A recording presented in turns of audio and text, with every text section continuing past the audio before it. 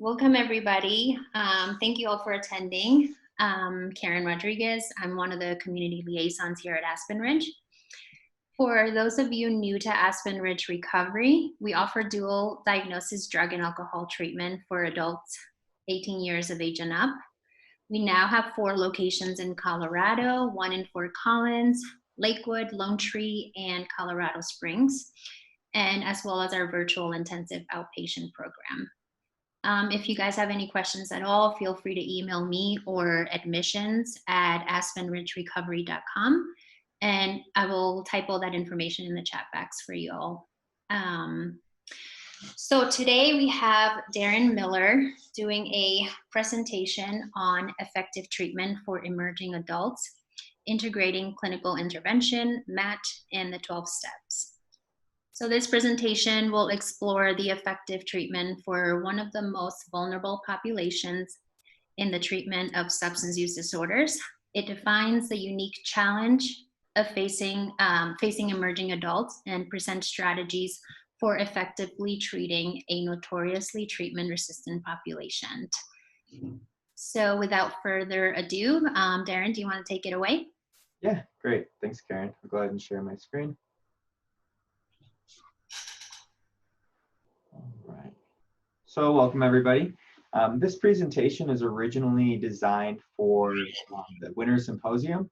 I presented it last year at the symposium, and so it was originally about an hour and 45 minutes. So I'll try to kind of get through everything in a timely manner and allow some time for questions, and kind of try to give you a little bit more of the condensed version so that we can keep it within the hour. So as she said, it's about effective treatment for emerging adults. We'll get into the definition of emerging adults, and then we'll talk about kind of the unique intersection of integrating clinical interventions, medication-assisted therapy, and the 12 steps.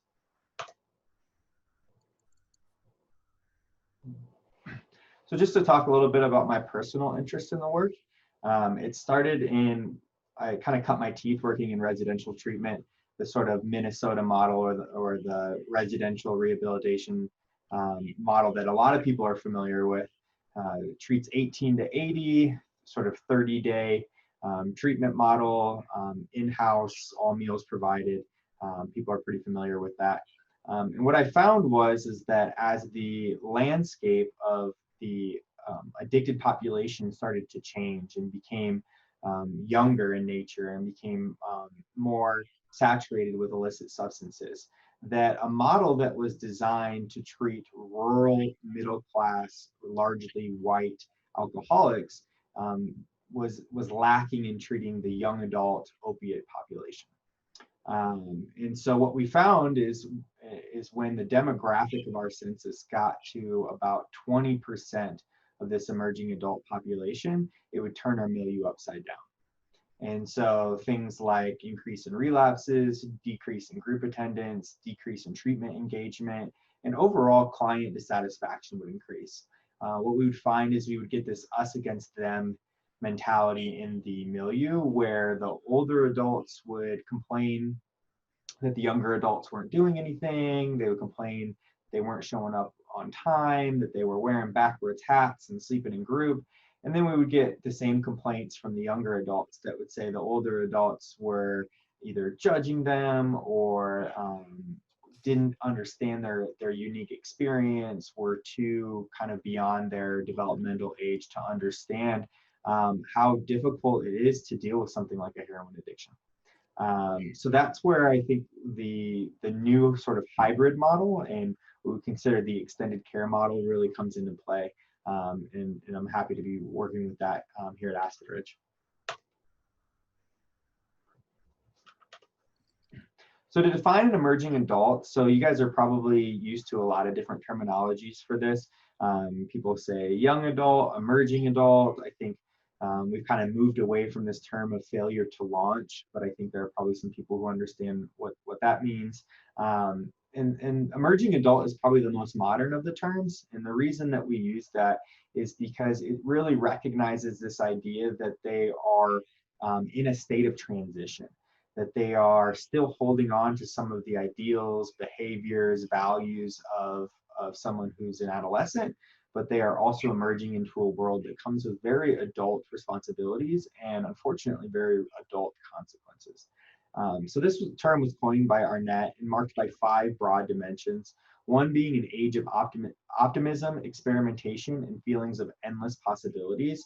So this idea that I can be anything that I want to be, that I can do whatever I want to do, that I can get to all the things that I want to get to because I have so much time. This idea of feeling in between, it's sort of a perfect storm between high autonomy and freedom and low expectation and responsibility. And so you see this play out a lot in college campuses across the nation, where people have the ability to drive, people have licenses, you can join the military, you're getting to an age where you can buy alcohol, or at least gain access to alcohol and drugs, but you don't have things like a family, mortgage, children to raise. You don't have a lot of the responsibility that grounds many adults. It's also defined by instability. Many emerging adults experience a multitude of stressful transitions, including transitioning from school to college, high schools, transitioning many jobs. People don't stick around at the same job the way they used to. It's defined by a lot of different romantic relationships. People are typically dating in this period of their life, and a lot of change in living arrangements. I know when I was in my undergraduate program, I moved every single year, and for those 3 days between leases, I had to figure out where my stuff was going to go and where I was going to sleep. So it's very much defined by instability and multiple transitions, which I think we all understand just how stressful one transition can be, let alone when your life is being defined by it. It's also defined by identity exploration, this idea that it's socially acceptable to put off taking on adult responsibilities, to engage in things like drug and alcohol use, that it's socially acceptable to put off long-term or serious committed monogamous relationships in favor of dating. So there's this idea of in between, that no one's going to hold me accountable or call me out for not settling down per se. And then it's also defined by self-focus, this sort of egocentric part of your life where you are the most important person in your world. And there's a lot of focus on you too from other people, because they're helping you navigate those transitions. And so you feel very important and you feel very surrounded and supported. And sometimes that means that you can pursue your own desires instead of maybe the desires of a collective good or those of your family. So next, we're going to talk about some unique risk factors that face emerging adults, some things that separate them from maybe adolescent or adult populations. So historically, the research shows that they have a lower motivation to change. I think we've all experienced that. The person who comes into treatment, they're in that sort of 18 to 25, and they're doing it for some other reason. They're doing it to get their parents off their back. They're doing it for probation. They're doing it because they're on academic probation. There's some external motivator that got them into treatment. They're more likely to endorse substance use as a means of coping. They have worse treatment outcomes than older adults or adolescents. So if you think about that, we're really in the sweet spot of vulnerability, where adolescents and older adults on either side of them actually have better treatment outcomes, and they're more impulsive. This picture here is somebody kind of jumping off of a large sort of cliff on a snowboard. That's not something you see a lot of older adults doing. You don't see a lot of older adults in the X Games, for example. The unique clinical presentation, so they're more likely to use illicit substances over alcohol. They're more likely to have social environment and mental health risks, and they're less likely to endorse abstinence. So this idea of, okay, maybe I won't do heroin, but I'm not going to stop smoking weed. This idea of, okay, I can't drink hard alcohol, but I can still drink beer. They're kind of in that experimental stage where they're really trying to figure out, how do I make substances work for me outside of an abstinence model? There are also unique barriers to their success in treatment. So there's an inverse relationship between the age of someone and the substance use, where younger adults use more and older adults use less. So not only are we talking about rates of substance use, but we're talking about severity of substance use being higher in this population. Outcomes that are shown effective for older adults and adolescents have actually been shown to be less effective for emerging adults. So this really challenges the traditional model of substance abuse treatment, where we've got these things that have been shown effective for an adult population. We've got places that are working with adolescents and they're having success. And then there's this in-between stage where emerging adults are really not taking to or not being effective with some of the same interventions that are being used for those populations.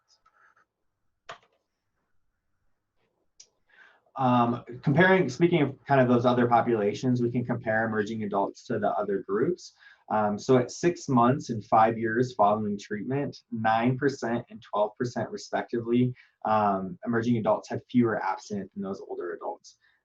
Emerging adults were more hostile, they had higher rates of dependence, shorter lengths of stay in treatment, and less motivation to remain abstinent. And so for anybody who's worked with the emerging adult population, I think you probably have plenty of personal examples where emerging adults tend to blow out of treatment. They tend to be more hostile and resistant.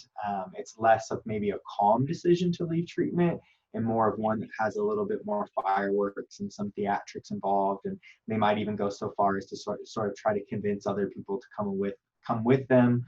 Or what we'll see sometimes is this like mob mentality, where one person in a group will share their dissatisfaction with the program, and then they'll start to recruit other people. And then you see other emerging adults who were typically having a pretty successful treatment episode will start to have their opinions swayed. And we'll kind of talk about the impact of peer groups and peer pressure later on in this presentation.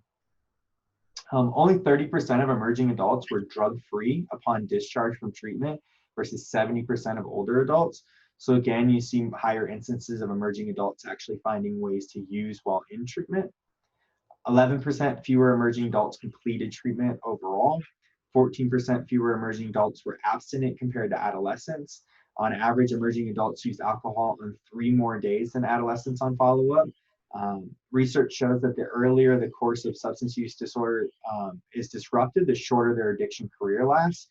So there's some good news that we'll talk about later too, is that if we can have the earlier the intervention, the better our success rates are. As few as 2% of emerging adults utilize specialized treatment services compared to 11% of other people. And what that means is we're just talking about the lack of emerging adult specific treatment, that emerging adults often find themselves in sort of like a catch-all treatment center, that 18 to 80, that are using interventions that are proven effective for 35 to 80, not 18 to 30.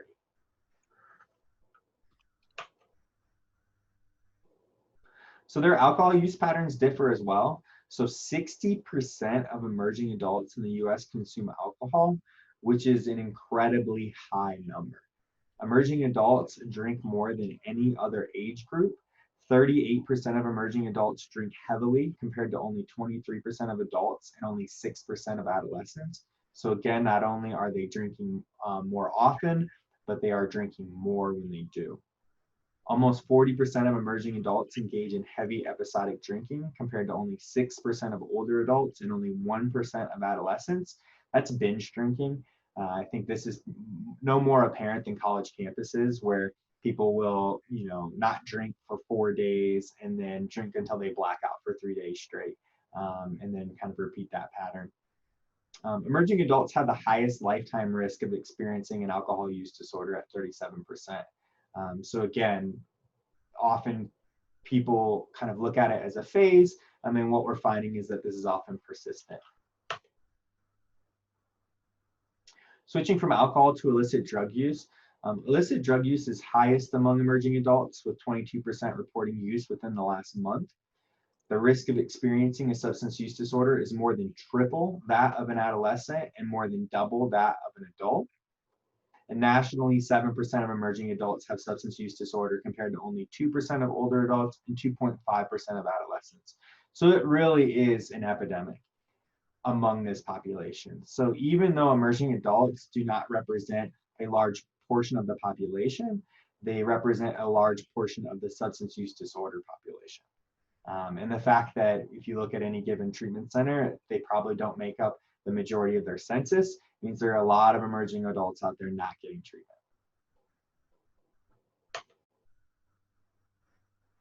So I talked about it not just being a phase. So 30% of emerging adults who are diagnosed with substance use disorder will continue to meet that criteria 3 years later. So a great example is binge drinking. I think many people look at binge drinking as a part of the college culture. It's a part of the phase that you're supposed to go in sort of finding out your relationship with alcohol. Many people use it to cope with some of the stressors and some of the anxieties of the college atmosphere. And what we're finding is that many people are creating habits, but this is actually not something that they will resolve later.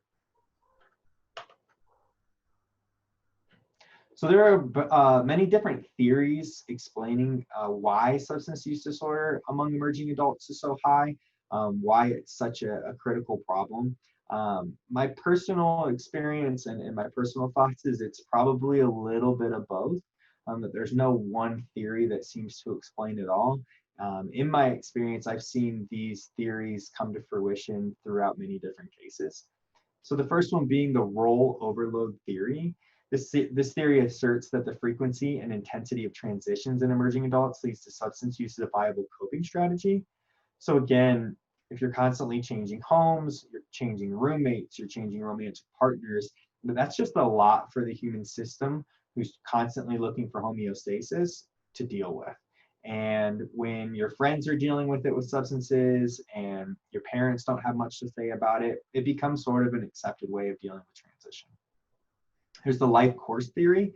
This asserts that macro level events and culture have an effect. So this is things like what you're seeing on TV, what you see in teen movies, the overall acceptance of emerging adults being able to use substances. And then you have things like social justice movements in the political climate, where emerging adults are often underrepresented in politics and policies. And so you'll see situations where older adults are making decisions for the majority of the country, and emerging adults feel powerless, they feel helpless, they really feel like they're kind of forgotten. And historically, they don't vote in the same numbers that older adults do, and so it's historically accurate.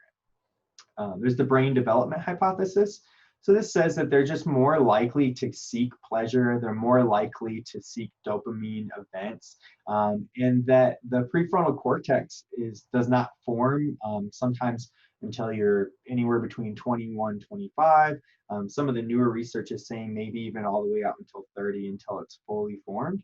And that's the part of your brain that allows you to understand how your current behavior will affect your future self. There's a lot of things that I would do at that age, 18 to 19, that you could not convince me to do now. And if you go, up on the mountains and you go over to the terrain park and you see the people launching themselves off the 30, 40, and 50-foot jumps, they're largely defined by the emerging adult population. It's a high risk-taking behavior population. A couple other theories is the externalizing hypothesis. This asserts that they have high externalizing behaviors such as delinquency, aggression, and conduct disorders, which is more common in the emerging adult population anyway.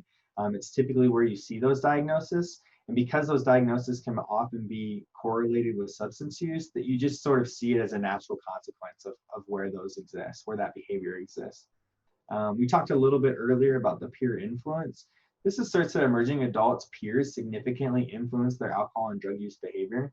A lot of the research shows that the most important influencer in an emerging adult's life is their peer group, more so than their teachers, more so than their parents, more so than any authority figure or probation officer, that really their peers have a profound impact, positively or negatively, on their behavior.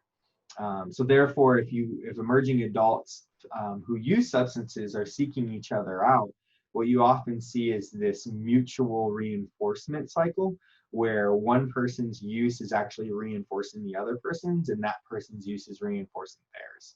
So you end up with this really strong dynamic. And you see that in treatment.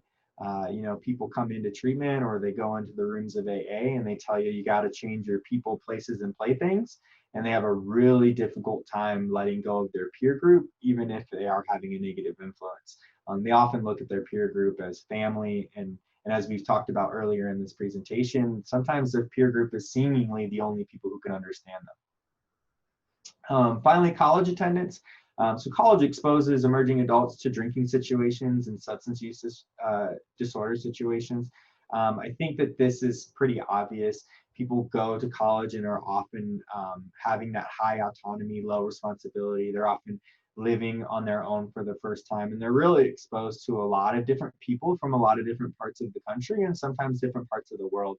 And all of those people have a different relationship to substances. And so depending on who those peer groups are, what situations they're exposed to, there's just a higher instance of use on college campuses. And so that's where a lot of people are introduced to that type of use.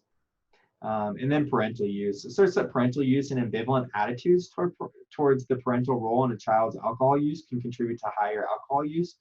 So this is kind of the new wave that we've seen more recently, where parents are kind of adopting the idea that as long as I can see it, as long as I'm allowing people to do it in a safe environment, you know, I'm taking kids' keys, we're having parties at my house, but we're making sure that everything's safe, that can actually be sort of a green light and can affect the overall, both on a society level and an individual level, people's thoughts about the dangers of alcohol.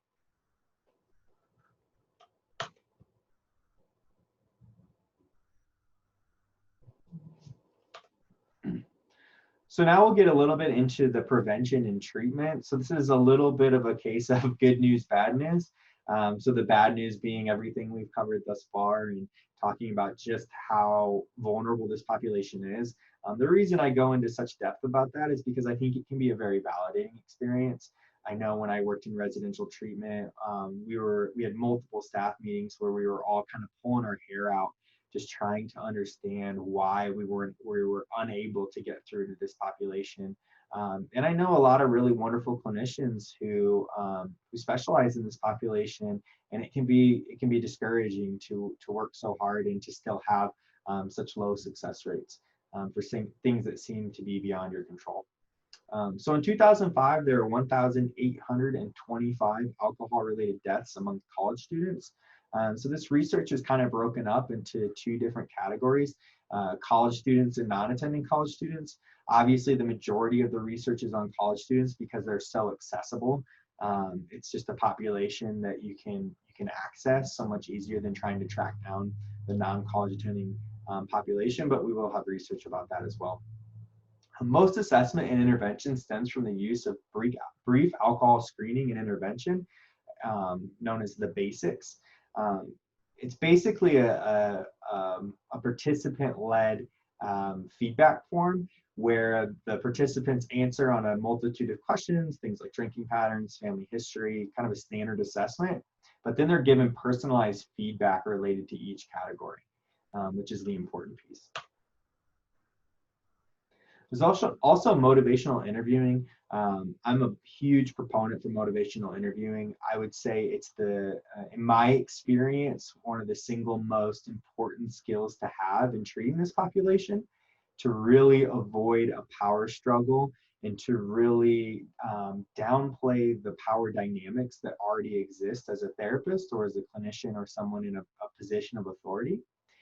As soon as you're seen as someone in a position of authority, then you immediately become their probation officer, their parents, whoever that person is who didn't understand them to begin with. A little thing that kind of I worked on and I've worked on in these populations is being less formal in the way I dress. So for example, I probably wouldn't wear this. As formal as I would get would probably be like a polo. I would encourage therapists to wear jeans, just anything that sort of reduces that power dynamic, because I think that there are a lot of subconscious messages that we're sending when we show up in a suit and tie to treat an emerging adult population. So those are just the types of things that we need to think about as we're treating this population is how, you certainly don't want to patronize them. You don't want to come in with a backwards hat and try to pretend that you have an idea of what it's like to be their age right now. But definitely taking that, doing whatever you can to diminish the power dynamic that already exists. Community level interventions. So this is designed to target the physical, legal, social, and economic factors that promote college drinking on a macro level.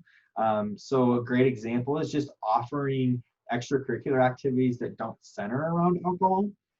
I'm from a small town in Iowa.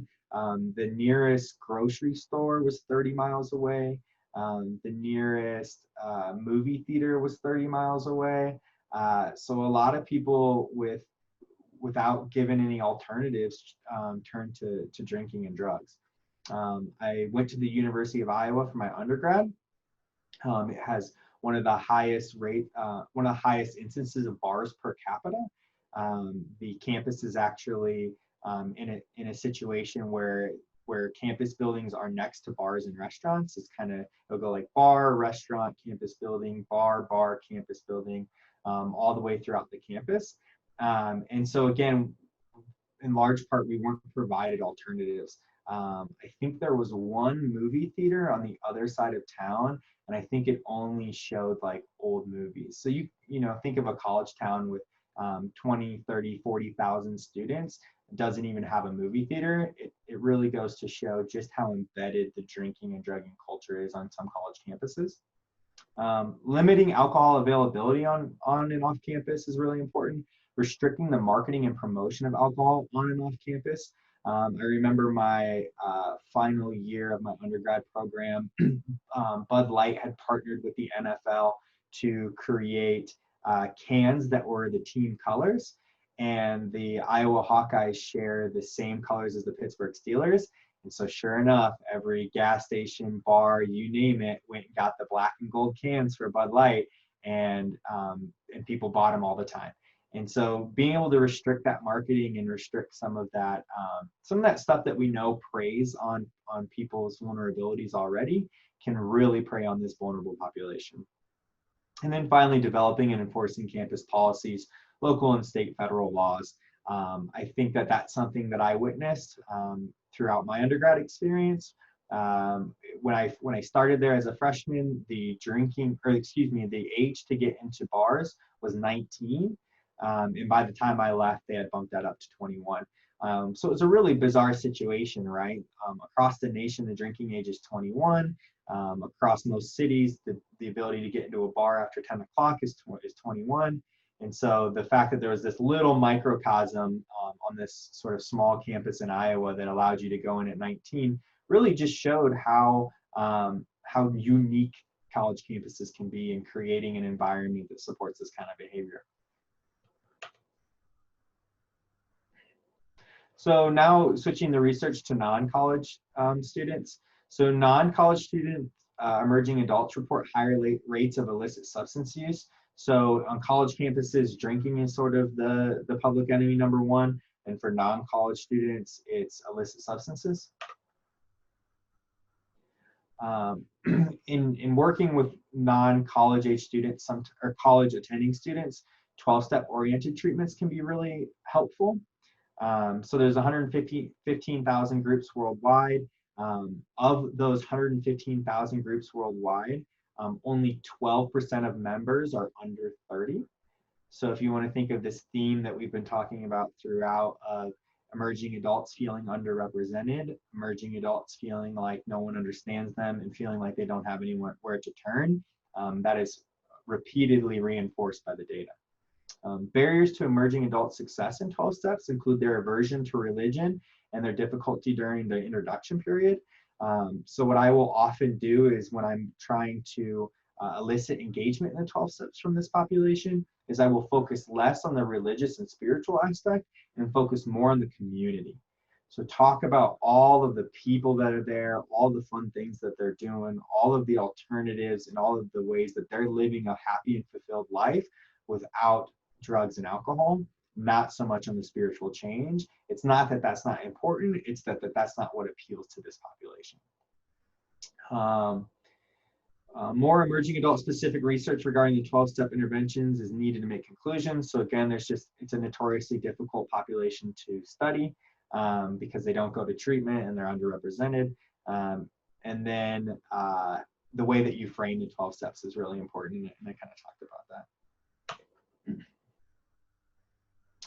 Again, motivational interviewing is on here twice because it's worth mentioning more than once.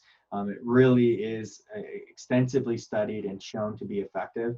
And the research shows that it's effective for emerging adults specifically in reducing marijuana use, reducing alcohol use, reducing across multiple illicit substances, and with emerging adults experiencing homelessness. So I can't say it enough. If you work with this population and you're not formally trained in motivational interviewing, or your staff works with this population and they're not formally trained, it's a really great investment.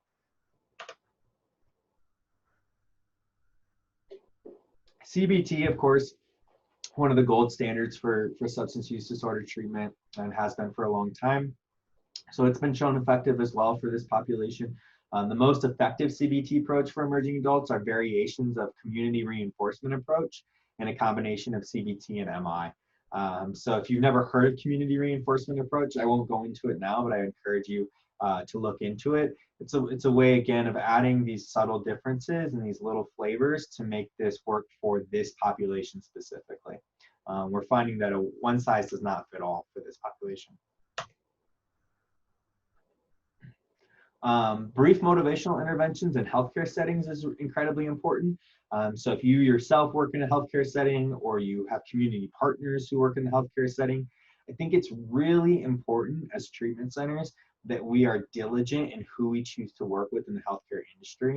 And what I mean by that is clients are constantly coming in with a multitude of health issues and needs for labs and screenings and complications related to detox. And so instead of just picking the hospital that's closest to you, really be diligent and find out, do they use some sort of brief motivational intervention? Do they use some sort of screening? Do they use SBIRT? Are these people who are trained to deal with this population and to manage this population and do what's best for this population? When I worked in residential, we'd have so many times where we had a client who had complications with a benzo detox. They would go to the ER or they would go to the hospital and they would get a benzo and set the whole process back another week. We would have clients who struggled with opiate use. They would go into a dentist because they have tooth problems. The dentist would give them an opiate and start the whole cycle over again. So it's really important that we're vetting our healthcare providers and making sure that they have some of these things in place.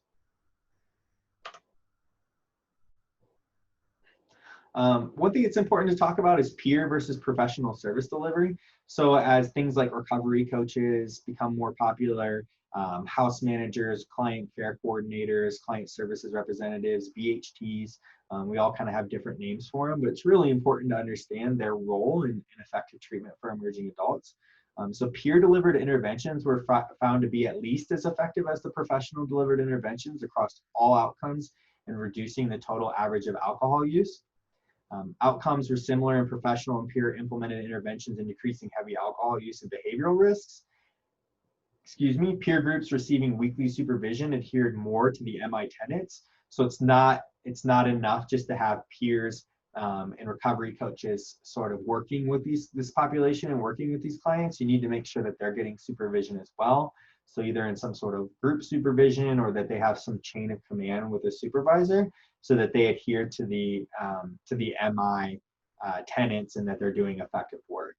And then finally, peer support are effective at increasing the number of low-risk friends and decreasing the number of high-risk friends.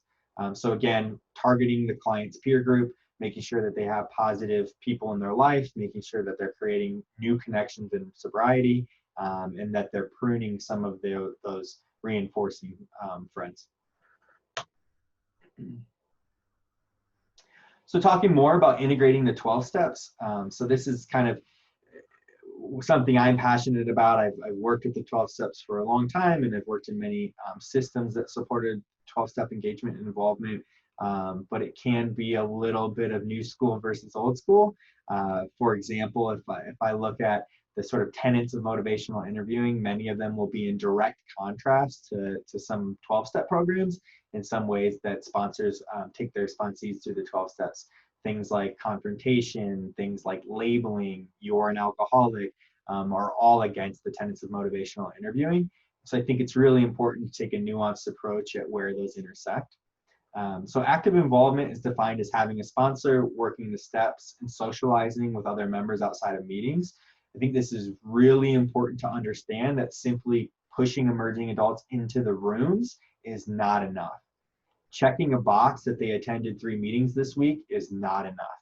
If they do not have a sponsor, are not working the steps, and are not actively fostering a fellowship, then the outcomes are reduced significantly. They are not going to take the recovery that the 12 steps have to offer through osmosis. Just some more details about how specifically 12 steps benefit emerging adults. Their attendance at AA at 3 months was associated with increased abstinence and fewer drinks per day. Greater attendance during the first 6 months following discharge from treatment was associated with significantly better outcomes. Consistent attendance, even if declining, was associated with 2.5 times greater abstinence than those who had low or no attendance. And so what that means is, in the first 6 months, maybe they're attending 90 and 90 for the first 3 months, and then maybe they're attending 3 meetings a week for the next 2 months, and then maybe in the final month they're only going once a week. Even if it's declining, it's still really effective. And in a lot of ways, it's probably more realistic as things like jobs and families and relationships start to repair. A person's time starts getting eaten up by those other positive and supportive activities. But the key is consistency. If they fall off, if they're going every once in a while, if they're only going when they feel like they need to, that's where you don't see those same benefits. We talked a little bit about the difference between active involvement and passive involvement already. So the average age of members in the meeting. So there's some interesting data here. Participating in meetings with a high percentage of emerging adults was associated with an increase in short-term sobriety, but a decrease in sobriety over time.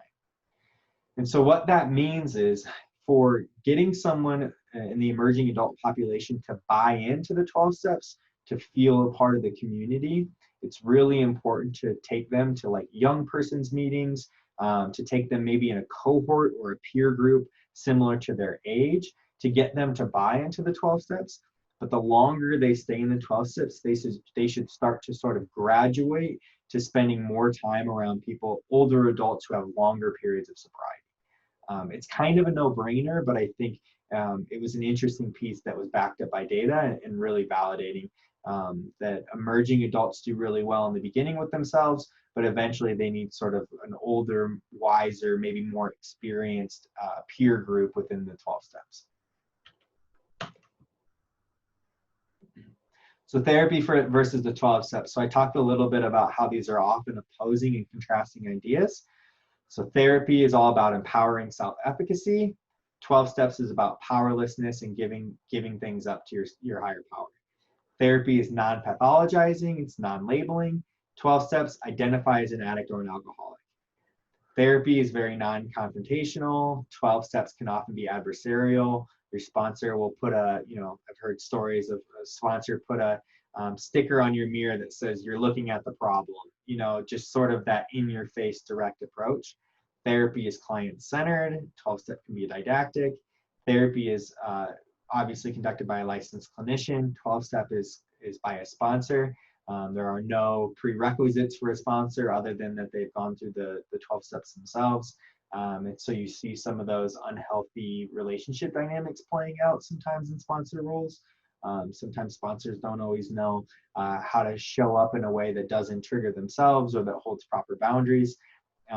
Therapy is one-way information sharing, and whereas 12-step is a mutual sharing of stories. So talking things out through my personal experience, through my personal lens. So if you cut those right down the middle, they almost seem opposite. And so just to kind of put a cap on that, I think it's really important when you're using the 12 steps to sort of take the areas where there's overlap, because a great example is the 4th step. For anybody who's ever seen a 4th step or done a 4th step, it's basically a CBT exercise there are columns, there are rows, there's a kind of a logical linear way you work through your thinking. And so there are a lot of areas where it overlaps, but you will run up against you'll run up against some resistance when a young adult or an emerging adult is taking to therapy or buying into therapy, and then you try to get them in the 12 steps and they're like, this is completely opposite of what I like so much about treatment. So you really do have to take a nuanced approach.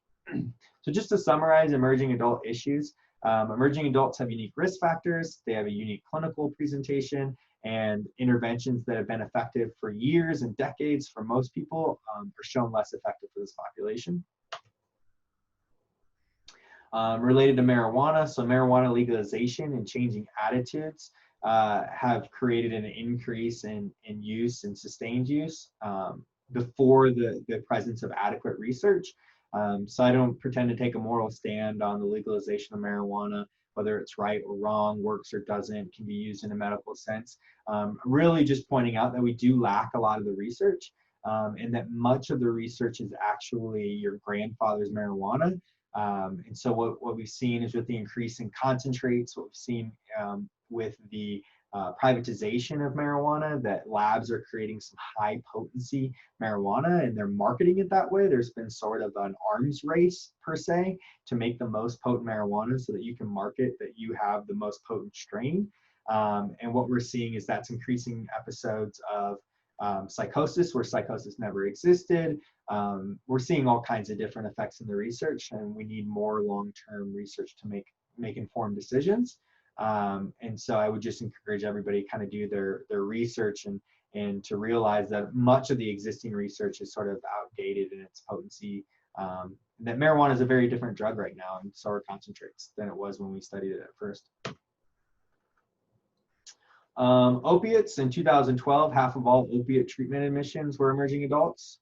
I'll say that again, in 2012, half of all opiate treatment admissions were emerging adults. So it just underlines the importance of doing emerging adult specific interventions, especially around opiates.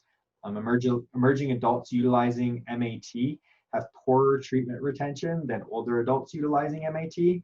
So again, here's this sort of emerging silver bullet in the treatment of opiates, which is medication-assisted therapy, Suboxone, Sublocade, Vivitrol, all of those, which is doing wonders and having an amazing effect on older adults.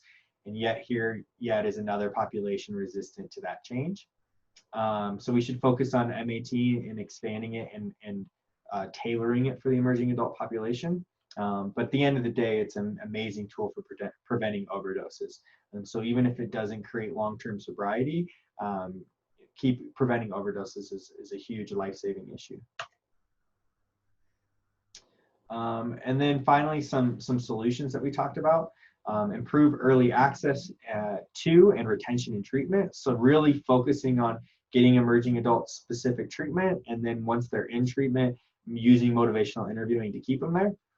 Invest in developing online and electronic app-based interventions. So things like Snapchat, TikTok, Facebook, Instagram, they all have these really amazing user interfaces. They're very intuitive, they're very sparkly, they've got filters, they've got all kinds of sort of fun, gamey things. And if you present somebody some sort of EHR application that's black and white and it just requires clicking through a lot of buttons, people aren't going to use it. And so I think that's something, it's not enough to have an app. You have to have an app that actually looks good, an app that would actually pull an emerging adult in.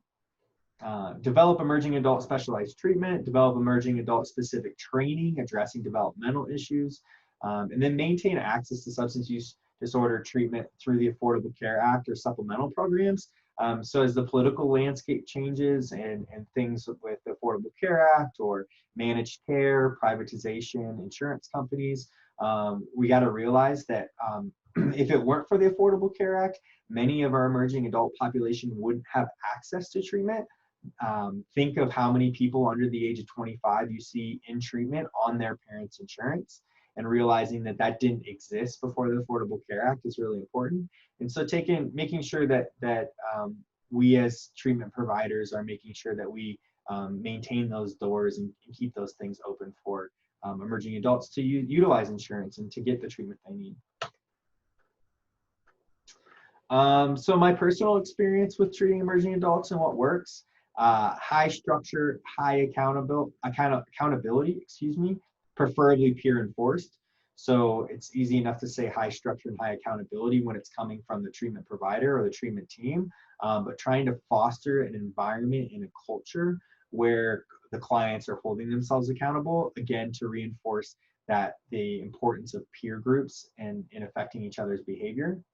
Firm boundaries among staff, clear expectations, clear outcomes for behavior, tiered consequences and tiered rewards. So instead of going from 0 to 100 or going from infraction to discharge, really understanding that this population is not going to do treatment perfectly.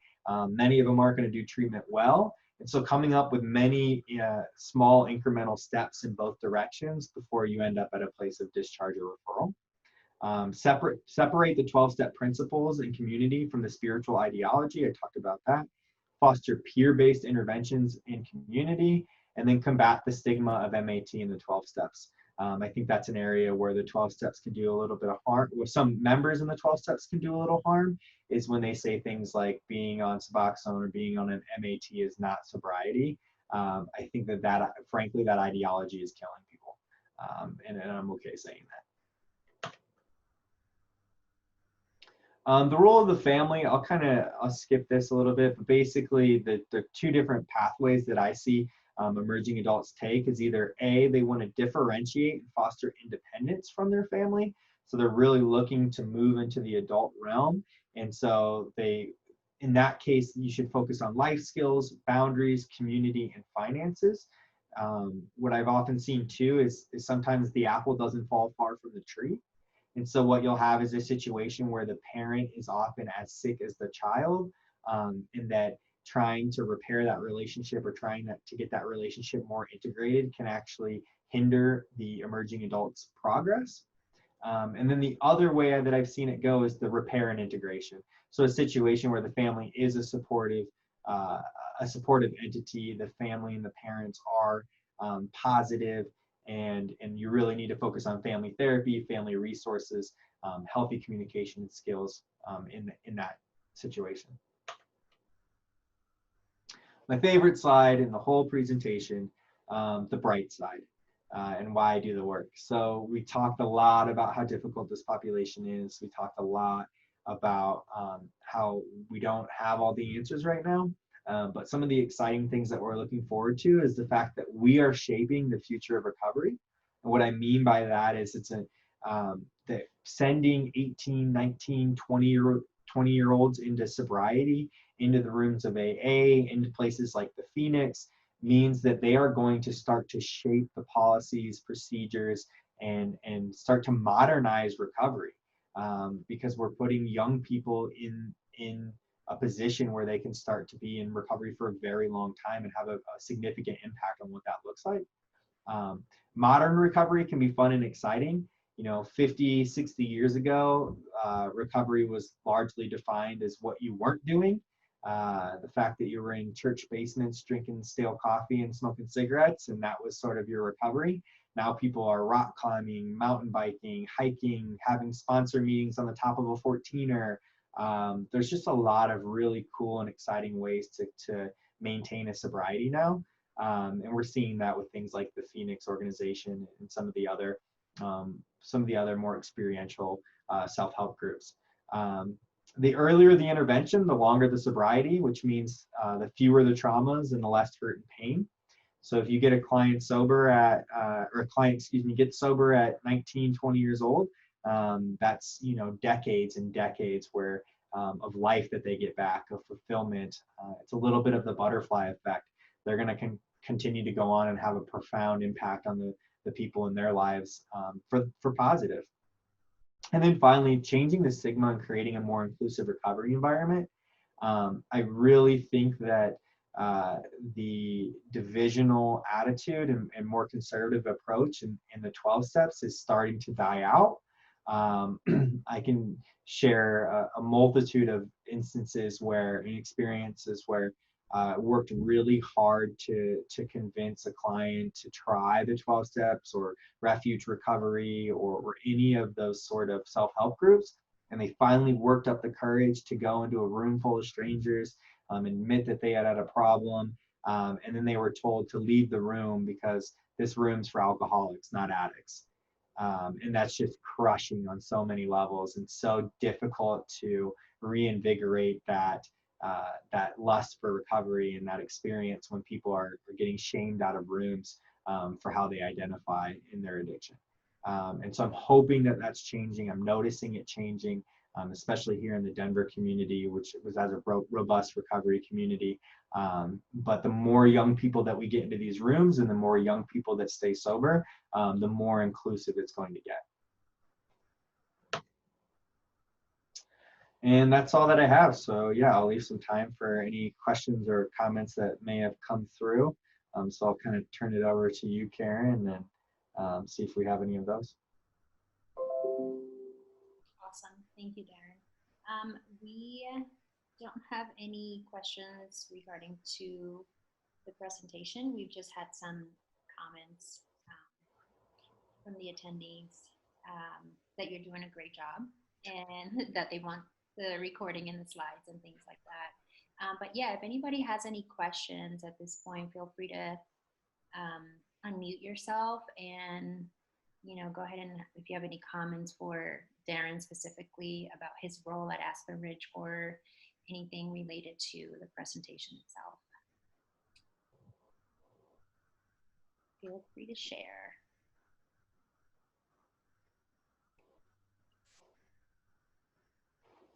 Hey, Darrin, I just wanted to say thanks for addressing how Matt is not being accepted in the rooms. You know, I just had a client reach out to me who had some recovery in AA, and they found out she was on naltrexone and really started giving her a hard time, so she went ahead and got off of it, and she is just full on in a relapse right now. And it's just like, you know, this tide just needs to change and catch up, I think. Yeah, absolutely. And I think it's a bit of a double-edged sword, right? There are some of these torchbearers in the room who have been working these programs and sharing their experience in the 12 steps for a very long time. But some of their ideology is outdated, their research is outdated. And for people where MAT is, you know, objectively shown to be effective, I mean, the research kind of speaks for itself. It can be a really dangerous line of thinking for those people.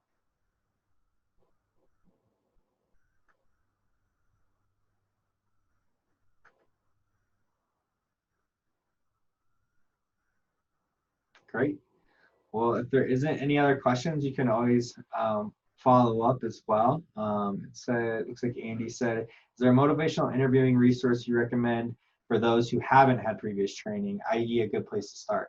Absolutely. So motivational interviewing is a core principle of the addiction counseling certification in Colorado, known as the CAC. I think they're changing some of the terminology and some of the acronyms right now.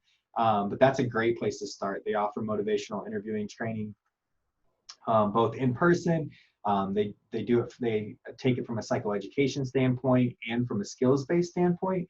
And so I would say the CAC process is a great place to start and get some of that motivational interviewing training. And you can sort of cherry pick those classes as well. So you don't have to take the full CAC curriculum to get introduction and skills in motivational interviewing.